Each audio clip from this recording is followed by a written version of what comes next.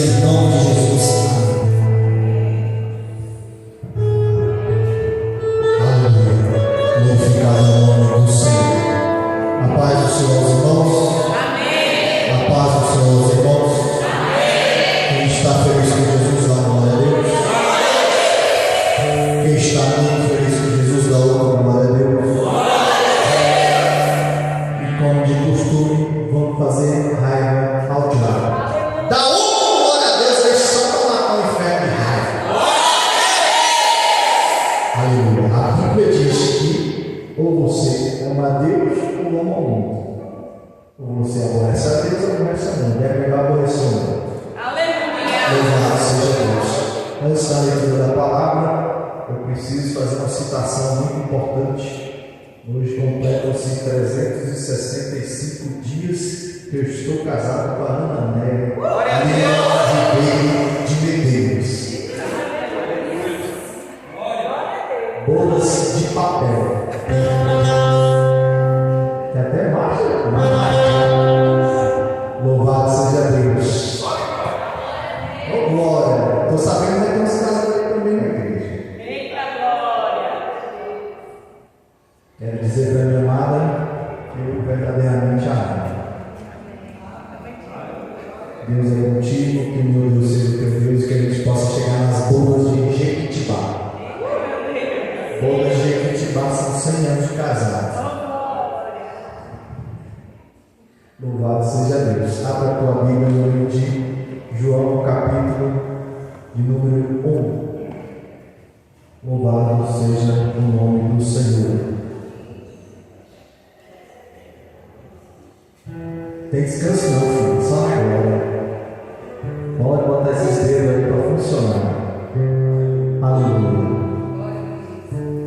Livro de João, quarto livro que compõe a biografia e a história de Jesus Cristo no Novo Testamento. Mateus, Marcos, Lucas, João, apóstolo. Capítulo 1, versículo de número 27. Louvado seja Deus. Quem achou diz amém. Amém. Quem não achou diz misericórdia. Entendo que todos acharam, mesmo assim eu convido para a escola bíblica que acontece às terças-feiras. Amém? Podemos ler?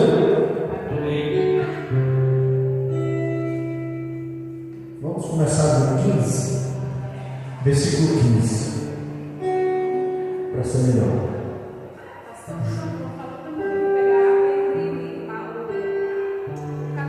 Não passou ainda agora. Não chegou na hora, Jesus veio e ficou. Vocês já pensaram? Eu fiz de propósito. Imagina você perceber que Jesus voltou e a gente está fazendo outra coisa que não seja estar na presença do Senhor.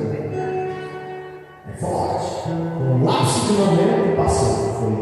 A Bíblia diz que será um abrir e fechar de olhos. Então,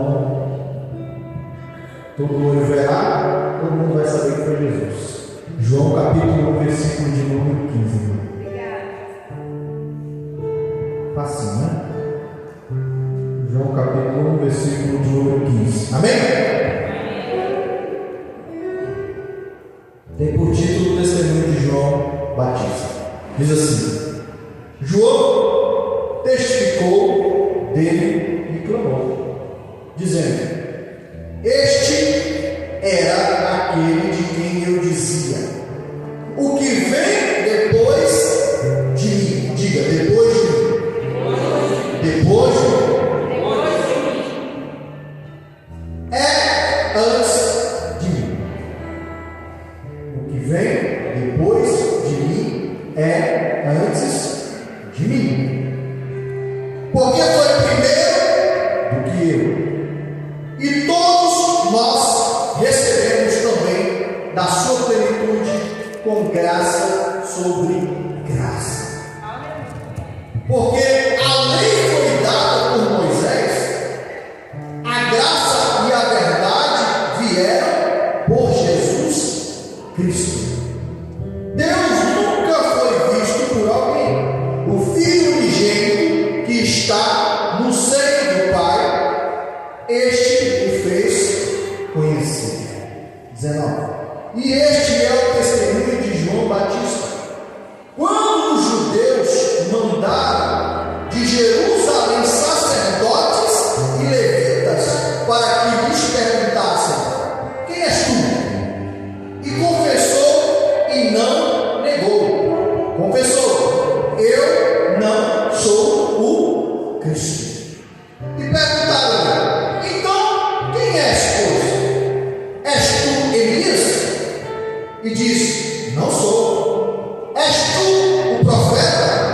respondeu: não. 22. Disseram-lhe, pois, quem és para que demos resposta àqueles que nos enviaram? Que dizes de ti mesmo? 23. Disse: eu sou a voz do que clama no deserto. Endireitai o caminho do Senhor, como disse o profeta Isaías. E os que tinham sido enviados eram dos fariseus. E perguntaram e disseram: por que batizas? Pois, se tu não és o Cristo, nem Elias, nem o profeta. João respondeu-lhes, dizendo: eu batizo com água, mas no meio de vós está um a quem vós não conheceis. Este é aquele que vem após mim, que foi antes de mim, do qual eu não sou digno de desatar as correias das suas sandálias. Coloca a Bíblia no banco. Dá a mão para o irmão do lado.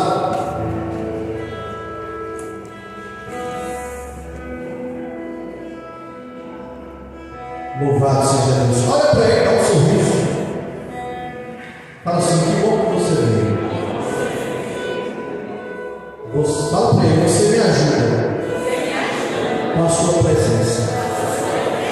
Quando você está aqui, eu me sinto mais alegre, mais disposto a adorar o meu Deus. Então, eu e você, juntos, nesta noite, estamos aqui, alegres, e vamos adorar a Deus. Curva a cabeça, feche o olho. Pai amado, mais uma vez, papai, eu clamo ao Senhor. Outros já passaram por aqui, já clamaram ao Senhor, já citaram a tua palavra, já deram até testemunho. Pai amado, mas recebe a minha humilde oração. Em sinceridade eu lhe peço que o Senhor abra um certo e interessante lugar nessa noite, mais uma vez. Ao ser ministrado a tua palavra, que o Senhor venha nos dar a iluminação, papai, da tua palavra revelada. Venha nos impactar e nos encher do teu Espírito Santo. Peço ainda que o Senhor acampe os teus anjos, papai amado querido, nas regiões aéreas, que compreende, papai amado querido, o espaço dessa igreja e dessa cidade, repreendendo e desfazendo e aniquilando toda ação maligna das trevas. Pai amado querido, a tua palavra diz que tudo é possível no crê. Nós temos que nesse momento o Senhor enviou, papai, um exército de anjos que está agindo não só nas nossas vidas, mas na vida, papai, das pessoas dessa cidade que acredita que você tem. Nós acreditamos, meu Deus, meu Pai, no poder da tua palavra, que o Senhor está agindo, papai, nas nossas vidas. Pedimos ainda, meu Deus, meu Pai, continua conosco nessa noite, em nome de Jesus. Sempre dando glória, misturado com aleluia. Louvado seja Deus.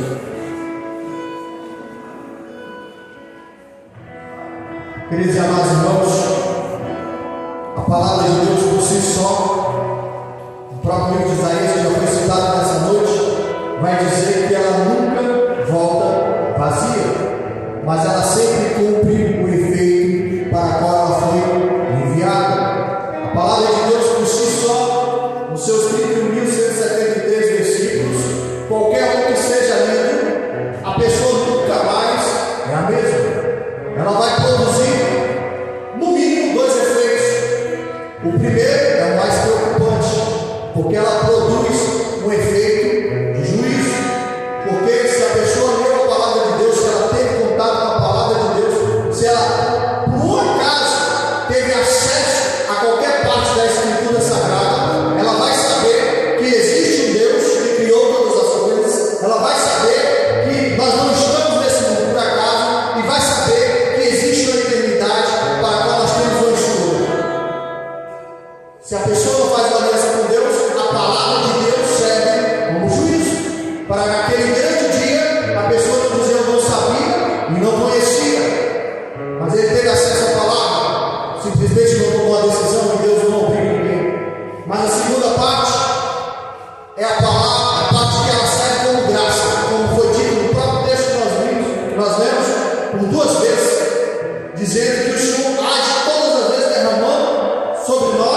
sua graça, que é um favor imerecido. Mesmo se merecermos, quando temos acesso à palavra do Senhor, se entendermos que esta palavra é viva e eficaz e tomarmos uma decisão diante o mundo, diante o universo, confessando ao Senhor como Senhor e Salvador das nossas vidas, naquele grande dia, quando partimos desse mundo, quando findar o nosso tempo nessa terra, nós com certeza ascenderemos ao lugar onde está o nosso Mestre Jesus Cristo.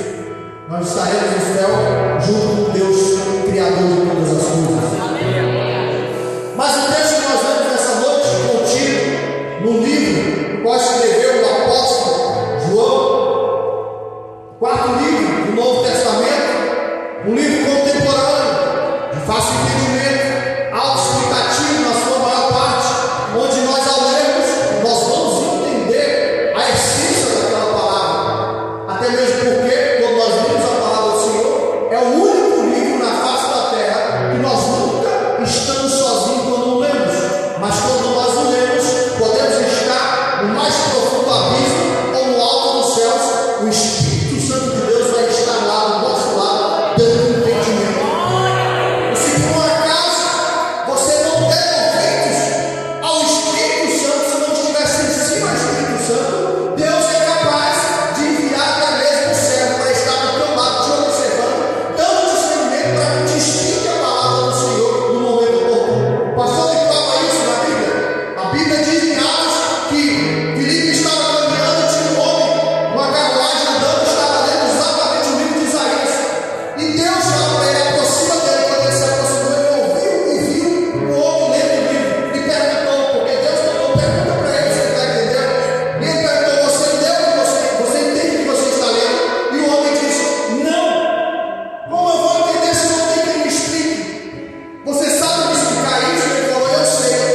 Então sobe aqui, sobe na minha carruagem. A Bíblia diz que Filipe passou aquele período da viagem explicando a palavra para aquele homem, estava diante do Rio Jordão, e aquele homem entendeu a palavra do Senhor, mesmo não estando sensível à voz do Espírito Santo, mas Deus mandou um anjo de carne e osso, Filipe, para explicar a palavra. Ele entendeu que tomou a decisão.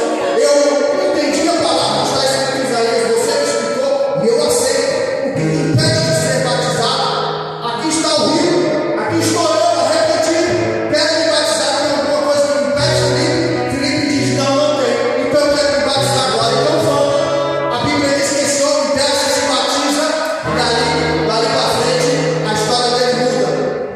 Naquele momento ele fala, Filipe, estou virando aqui para a esquerda, estou indo ali para a banda do Ocidente, ali perto da faixa de Gaza. É para lá que você vai, ele não, eu preciso continuar no rumo de Paran. E a Bíblia diz que neste momento eles se apartam, o homem avista e de repente ele some. E neste mesmo momento ele é visto a mais de 230 quilômetros à frente, no mesmo instante. O que me faz entender e explicar, se você conversar com um cientista, se você conversar com qualquer um físico, ele vai dizer que houve uma viagem no espaço-tempo. Pastor, você está falando de loucura, já inventaram máquina do tempo? Olha, não é isso que eu estou dizendo. Eu estou dizendo que o meu Deus é atemporal. Ele não está limitado ao tempo, ele não está limitado a qualquer coisa da face da terra, ele não está limitado pelo cronos, mas ele está simplesmente baseado no Kairos. O tempo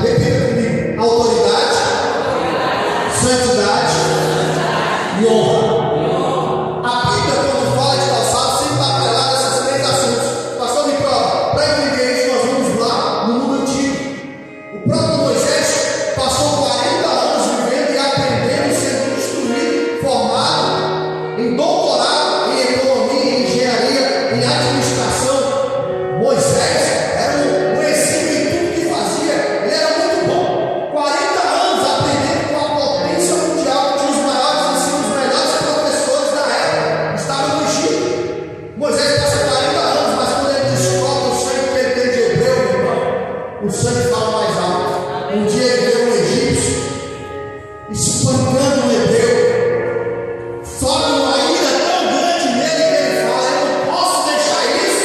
Eu cresci no meio dos egípcios pensando que eu era egípcio, mas eu sou hebreu. Como eu posso pescar e fazer isso? Não posso. A Bíblia diz que ele matou aquele egípcio com as próprias mãos e enterrou na areia. Quando era no dia seguinte, isso é um livro de Êxodo, logo no começo, capítulo 2.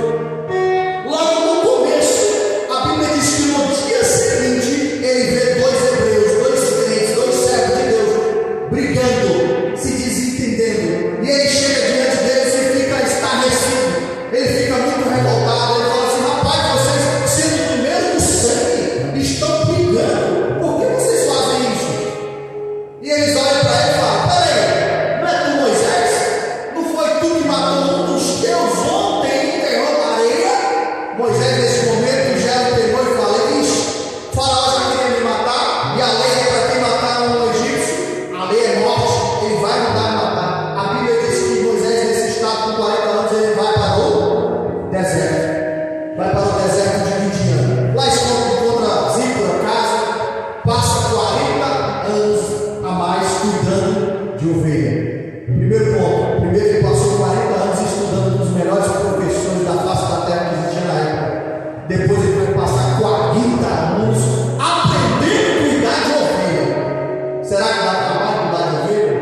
Eu não vou perguntar o pastor não, porque senão ele vai fazer uma resenha. É melhor ficar quieto. Deixa eu te falar uma coisa. Você vem todo bonitinho, cheiroso para a igreja, sorridente, a gente manda dar glória a Deus, você dá. Mas tu dá um trabalho na igreja, tu dá um trabalho para o pastor, tu dá um trabalho para Deus que tu não tem noção.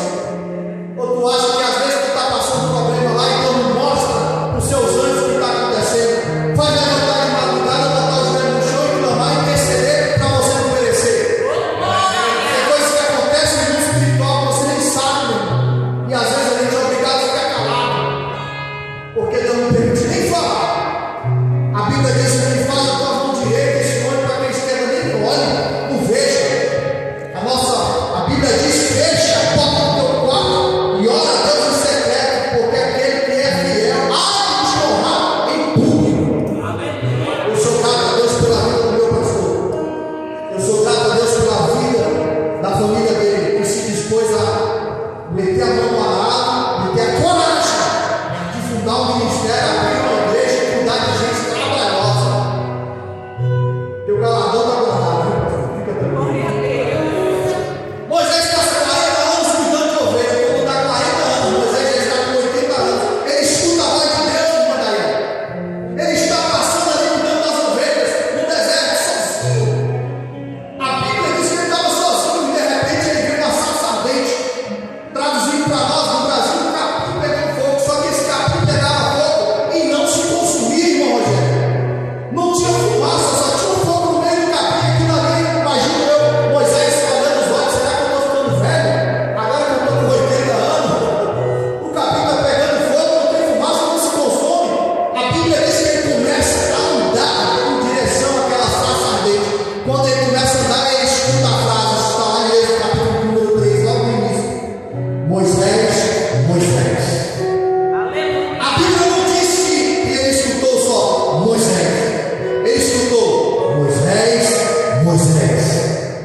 Se você escutar alguém, e você estiver passando no shopping, pegar em alguém, e você escutar Rogério, Rogério, mesmo que você vê, você vai pensar em um lapso de momento: opa, alguém está me chamando, me conhece, sabe quem eu sou, deixa eu me apontar.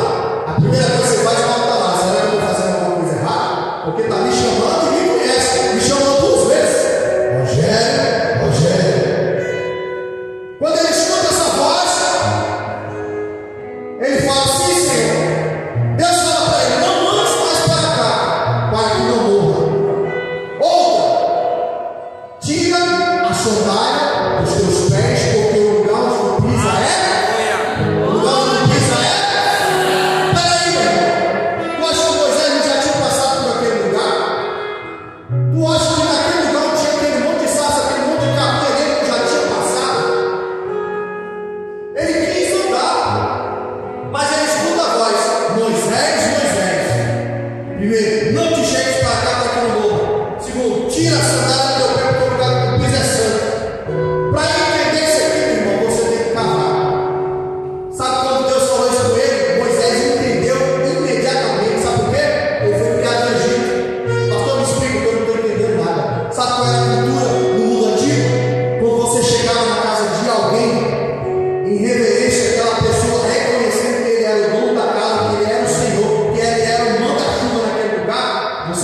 tirava o teu calçado, deixava no canto e entrava na casa da pessoa descalço. Não ficava por aí. Quando você ia até com o rei, você não podia ir de qualquer jeito. Prova disso é José. Quando José lembrava que ele está lá no cárcere, José, o rei manda te chamar para interpretar o sonho, bora lá. A Bíblia diz que imediatamente eles fazem a barba dele, arrumam o cabelo, bota a vela, dá um banho, ele arruma ele todinho para ele estar na presença do rei. Mas a Bíblia não vai colocar o calçado, sabe por quê? Porque quando chegava na presença do rei, você tinha que tirar o seu calçado, sabe por quê? Mostrando a reverência, aquela autoridade suprema que era o rei. Ninguém podia entrar na presença do rei calçado. Só que não ficava por aí, pastor. Até o próprio rei, idólatra, quando entrava na presença das suas divindades, ele tinha um servo para segurar as suas sandálias.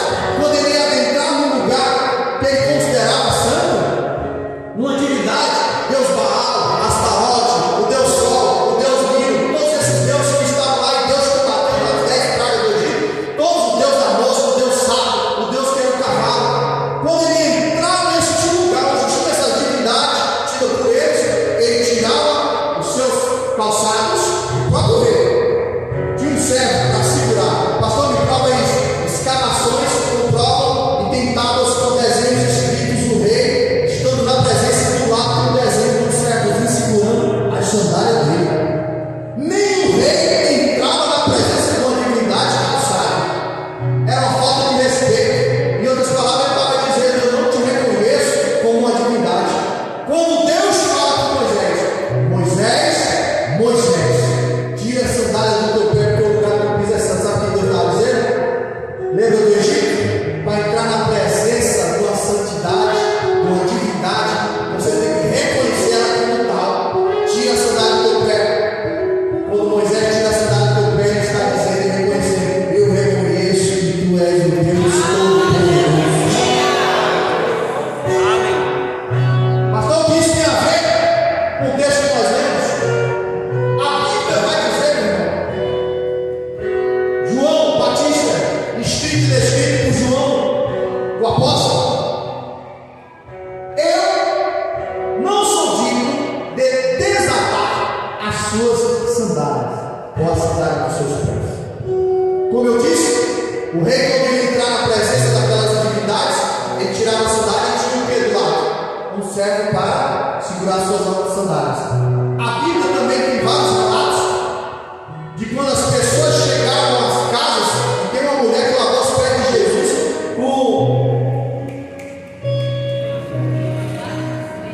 com bálsamo, não é? E enxugou com o osso. Matei Maria, foi. Faz parte da mesma situação. Sabe por quê? Quando alguém chegava na casa da pessoa, ele tirava a sandália em reverência ao dono daquela casa, reconhecendo a autoridade dele, e do lado tinha um servo. Sabe para quê? Para lavar os pés dele. O Senhor dele mandava um servo ficar lá. Quando chegar alguém que reconhecer como autoridade ali dentro, se lava os pés dele, para poder adentrar dentro da casa com os pés dele. Só que esse servo não era qualquer servo, irmão Tiago. Esse servo, ele era o pior servo.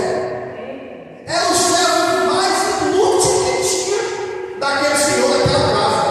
Ele não sabia fazer conta, ele não sabia ler, ele não sabia administrar, ele não sabia agricultura, ele não sabia pecuária, ele não dava conta de cuidar de ovelha, ele não dava conta de cuidar de bola, ele não dava conta de cuidar das galinhas, ele não dava conta de levar um recado, ele não dava conta de fazer nada. Era o servo mais imprestável que tinha dos escravos que tinha dos servos daquela casa. Então a função dele era ficar o dia todinho em pé do lado da porta com a água preparada para se chegasse alguém ele lavasse os pés de quem chegou. Era o servo mais inútil. Quando João Batista segura a revelação de Deus, quando João Batista vira para os fariseus e diz: o que vem depois de mim, mas ele é antes de mim, o Todo-Poderoso, esse eu não sou digno nem de desatar a sandália dos pés. Em outras palavras, ele estava dizendo: eu não sirvo para ser o servo mais inútil dele.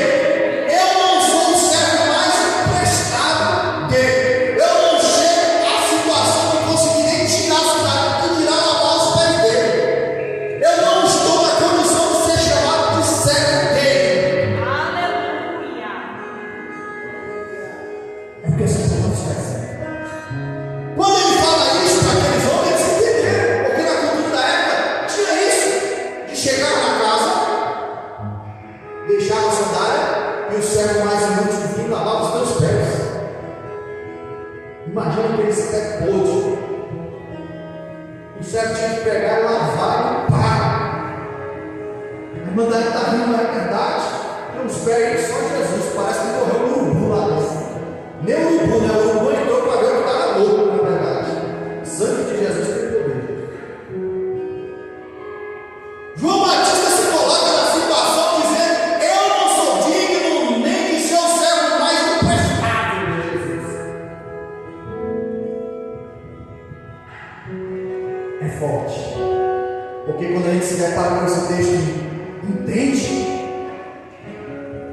É o mesmo que levar um tapa na cara, porque a gente às vezes, porque prega, porque ora, porque louva, porque lava o chão, porque lava o banheiro, porque faz qualquer coisa dentro da igreja, acha que é alguma coisa. João Batista, que anunciou a chegada do Mestre, ele se coloca na situação de dizer que não serve nem para ser o servo mais imprestável. Aí, quando é no último instante de Jesus na face da terra, dos seus 33 anos e meio, aproximadamente, na última ceia, depois que ele participou da ceia junto com os apóstolos, ele para, olha para um, olha para o outro, tira as suas vestes, que era uma vergonha, se cobre com o lençol, com a toalha, se ajoelha, pega uma bacia de água e fala: vem cá que eu vou lavar os pés de vocês. Aleluia. Mesmo livro de João, no capítulo número 3, vai narrar essa história. Os apóstolos indagam ele, entendendo da história: peraí, mas o Senhor não é nosso servo? Quanto mais o servo mais imprestável. Não, nós somos seus discípulos.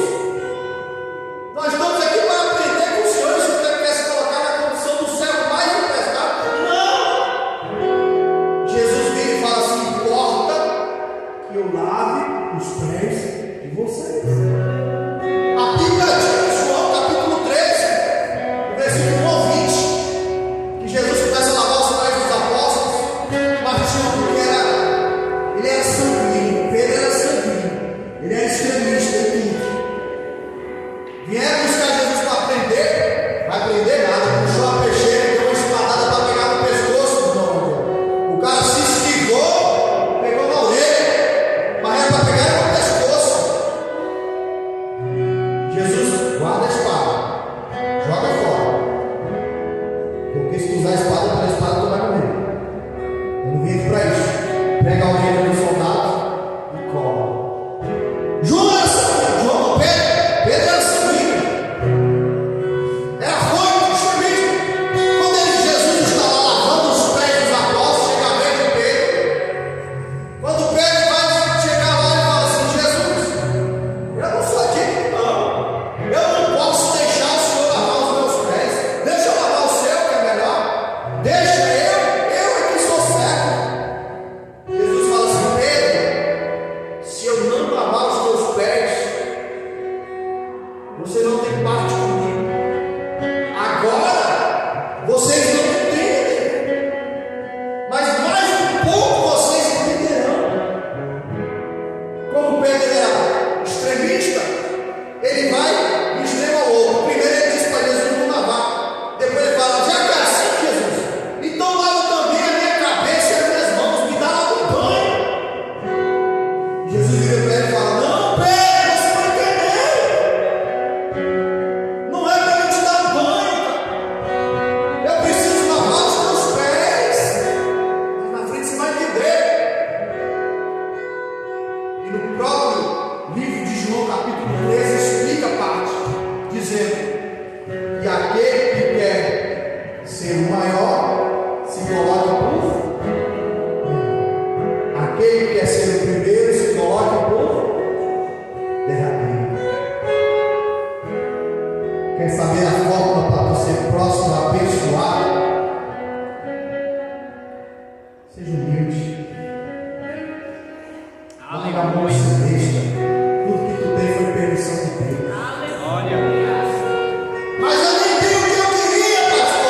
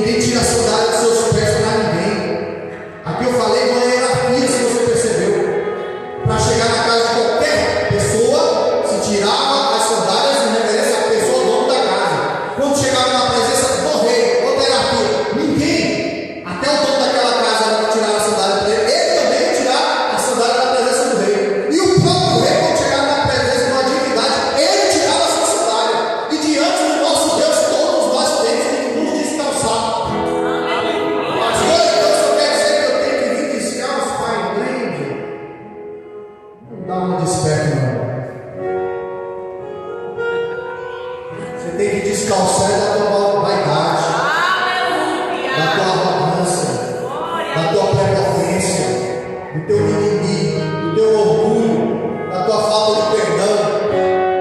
A falta de perdão dói, não? Tem umas coisas que para perdoar, irmão, é difícil. Mas na oração do Pai Nosso diz que se a gente não perdoar, a gente pede assim: o Senhor me perdoa, como eu tenho perdoado os meus devedores. Imagina a gente orando e olhando para Deus, né? Mas o Senhor está vendo que eu não estou perdoando ninguém. As coisas estão do jeito que estão, porque está tudo invertido. Sabe qual é o primeiro mandamento de promessa? Êxodo capítulo 20, vai lá para os 10 mandamentos. Talvez você nem sabe onde é que está. Primeiro mandamento de promessa, né? Honra teu pai e tua mãe, para que te prolongue um dia de vida nessa terra. Às vezes você vê gente morrendo cedo aí, quando eu vejo o jovem morrendo, eu falo: eita, pai, desonrou, pai. Aí desonrou, pai. Ah, mas meu pai é muito chato, minha mãe é muito chata. Chato é tudo. Estava no ventre da tua mãe, já estava deixando ela com asilo já. Já estava dando trabalho para o pai, que ele tinha um trabalho que não doido para comprar as coisas, tu não tinha nem nascido. Meu pai é chato. Chato é tudo, não dá trabalho. Eu tenho 3, é 3 chatos. Mas a gente ama. Mas é chato. A gente ama. Não quer honrar pai e mãe. Mas sabe o que acontece? Chega na escola, não quer honrar o professor também não. Autoridade.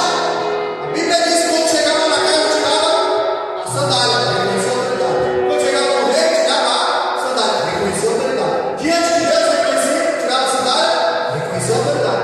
Chega na escola, vou tirar minha sandália, coisa nenhuma. Obviamente, metaforicamente. Aqui, se o professor falar um tal aqui, eu quero é ver. Quer que manda em mim aqui, rapaz? Oxi, tá pensando o quê? Oxi, não é como? Eu sou esse sujeito homem. Oxi, tá pensando o quê? Se ela falar, eu tenho pousado no pé da orelha, como a gente vê os vídeos. Sabe como é que eu fui criado? Minha mãe ia na escola no primeiro e no ano.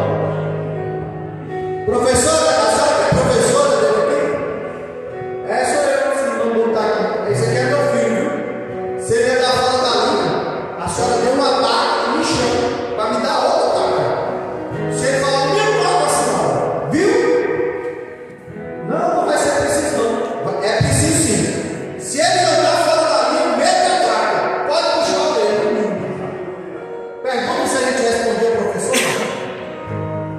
Pergunta se a gente tinha coragem de falar. 2 adultos conversando, se eu falar no mesmo ar. Tinha 2 adultos conversando, se eu passasse e olhasse muito torto pro meu pai, ele só olhava torto de novo. Eu falei: ih, a casa caiu. Ai, meu corpo, meu corpo. Hoje ninguém respeita ninguém. E o principal de tudo é não respeitar o próprio Deus. Sabe por que a terra não foi consumida?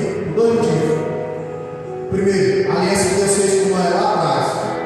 Quando a gente vê o arco de cores no ar, é bonito, não é? É bonito, aquele arco de cores. Mas ali está nos lembrando, e a Bíblia diz que o próprio Deus criou isso para ele se lembrar de não destruir a terra com nada de novo. Todas as vezes que eu vejo o arco de cores, eu já falo: bicho, lá, chegou o cheiro do pecado, chegou na nariz de Deus de novo. Se não fosse aquilo ali, nós ia morrer tudo agora. Essa que é a verdade. Sabe qual é o outro motivo?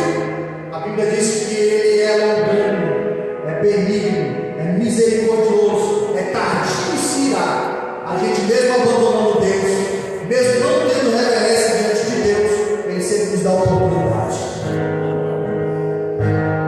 Tira a sua sandália diante de Deus. Aleluia. Tira a sua sandália diante do pastor.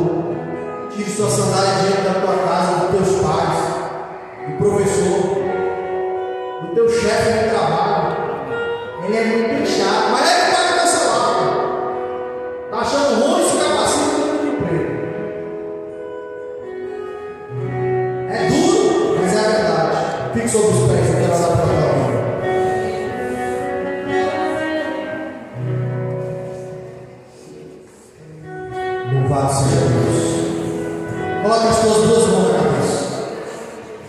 Hoje é um culto profético, nós temos atos proféticos.